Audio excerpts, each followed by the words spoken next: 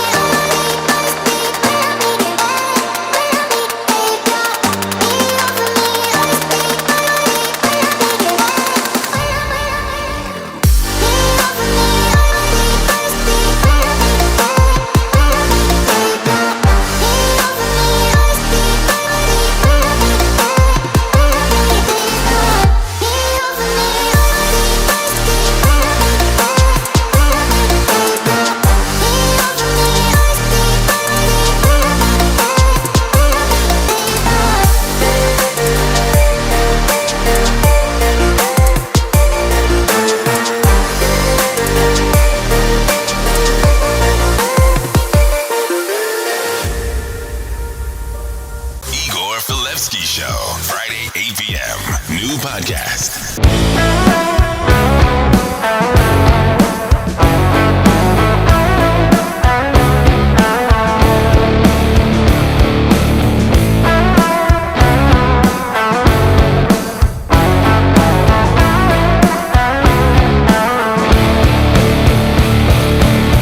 Излезе и табелата на Евростат за земите членки во Европска Унија, каде што според параметрите со кои што се мерат стандардите, економскиот аспект, се направи на табела и да видиме каде најдобро се живее, а каде најлошо. Според таа табела која што излезе, Луксембург е прогласена се уште како земја со најголем стандард во рамките на Европска Унија. Веднаш зад неа се Германија, Данска и Холандија. А Малта се наоѓа некаде под средината, нормално полоша за живење од Шпанија, Чешка и Португалија, кое што е на скоро истото ниво, но во секој случај подобар и поголем стандард од Полска, Словенија, Романија, Естонија, Грција, Словачка, Латвија, Унгарија и последните две со најлош стандард во рамките на Европска Унија, Хрватска и Бугарија. Сега Евростат ја изваде и онаа статистика за најлош стандард не само во членките на Европска Унија, туку воопшто во државите во Европа. Најлошо живење во Европа имаат Северна Македонија, според она што го пишува Евростат, Албанија и Босна и Херцеговина. Ова е нешто што ги вади сите оние параметри на испитаниците кои што треба да покажат практично и каде луѓето најчесто одат кога одат за работење во странство. Во Луксембург секако не толку многу и не е тоа некоја бум дестинација на движење, од проста причина што е многу малечка. А Малта, иако е малечка, сепак дозволува и овозможува поради лесното набавување и добивање на работни дозволи да биде и дестинација која што е во последниве неколку години и добро експлоатирана. А сега веднаш, за кратко, и новите протоколи со кои што се соочуваме при вадењето на работни дозволи, посебно ако сте некој од Македонија што би дошол овдека во Малта.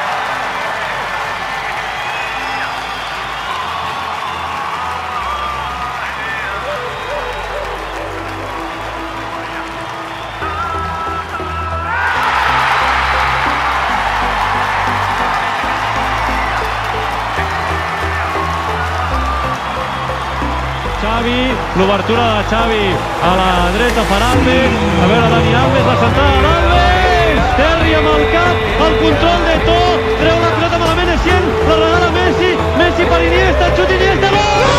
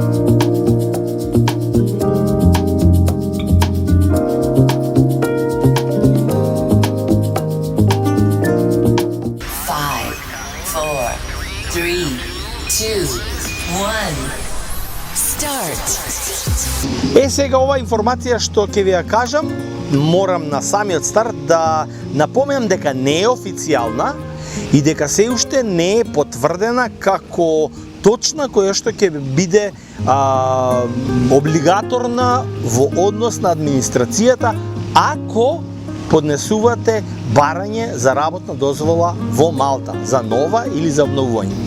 Имено веќе неколку работодавци добиле информација, пак ќе кажам, ова е неофицијално, јас само го видов мејлот и се јавив да прашам во Identity Malta дали е тоа точно, никој не сакаш да ми одговори ни потврдно, ни негативно.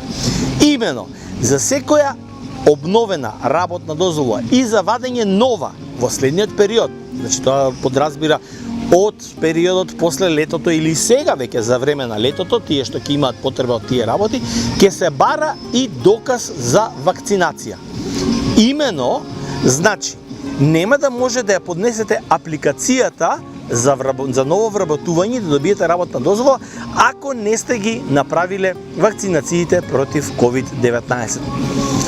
Тоа ми е многу на тенок мраз се уште, но не е дека не е невозможно и не е дека нешто што е неочекувано или дека нешто што невозможно да се случи. Мислам дека естаблишментот не само во Малта, туку насекаде во светот, некаде натаму ги тера работите и ќе видиме во следниот период, во следните неколку епизоди, дали ова ќе стане и официјална информација да биде вакцинацијата против COVID-19 задолжителна при барањето за работна дозвола. А сега ќе направам мала дигресија, чисто со мојата околина, каде што не случајно сум овде, а бидејќи спомнавме Евростат и статистиките кои што излегоа во последните неколку денови, ќе ве потсетам на уште една статистика.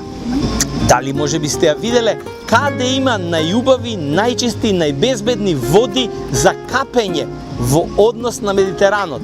Од целиот Медитеран направена е истражувачка сторија, направени се параметри според кои што се оценувани сите земји и Малта е меѓу најбезбедните и најчистите води за капење на Медитеранот. Токму така. Може би да биме среќни и весели што живееме тука, а и вие ако одлучите да дојдете на одмор и да се поминете прекрасни островски неколку дена. Igor Filevski Show, Friday 8 p.m. New podcast. И дојдовме на самиот крај од денешното издание, кое што ќе биде практично и најава за тоа што ќе се случува следната недела. Следната недела ќе имаме две последователни епизоди во кои што на лице место ќе пробам да ви покажам како се патува кон Македонија и како од Македонија може да дојдете во Малта. Значи, ја знаеме информацијата дека Македонија е ставена на зелената листа на Европска Унија, но нормално секоја земја членка треба да ја верификува и да ја прифати препораката и да ја стави на својата зелена листа. И знаеме протоколите со кои што се соочуваат земјите од третиот свет, меѓу кои Македонија за влез во Европска Унија. Знаеме како тоа функционира и покрај се она што го имаме како информација, но да видиме на лице место. Токму така, бидете тука со големо внимание и следната и по неа епизода ќе го направиме патувањето кон и од Македонија тука. Тоа ќе биде информација и за оние што ќе сакаат да дојдат на работа, евентуално во летните месеци овде, или пак да поминат едни убави 10-15 дена летен одмор. И уште повеќе за оние кои што се уште имаат затворени врати за влез на островот, значи немаат малтешки лични карти и не им е дозволено да дојдат на островот. Иако, како што реков, Европска Унија наложи тоа да биде што поскоро прифатено од сите земји членки. А, како што најавив, следната епизода ние ќе го истераме тој пат и ќе видиме како тоа навистина функционира. И ќе ви го прикажеме. Останете уште малку тука и погледнете што има ново во Audi In, што беше тоа интересно и атрактивно за го одбележиме во изминатите 7 дена.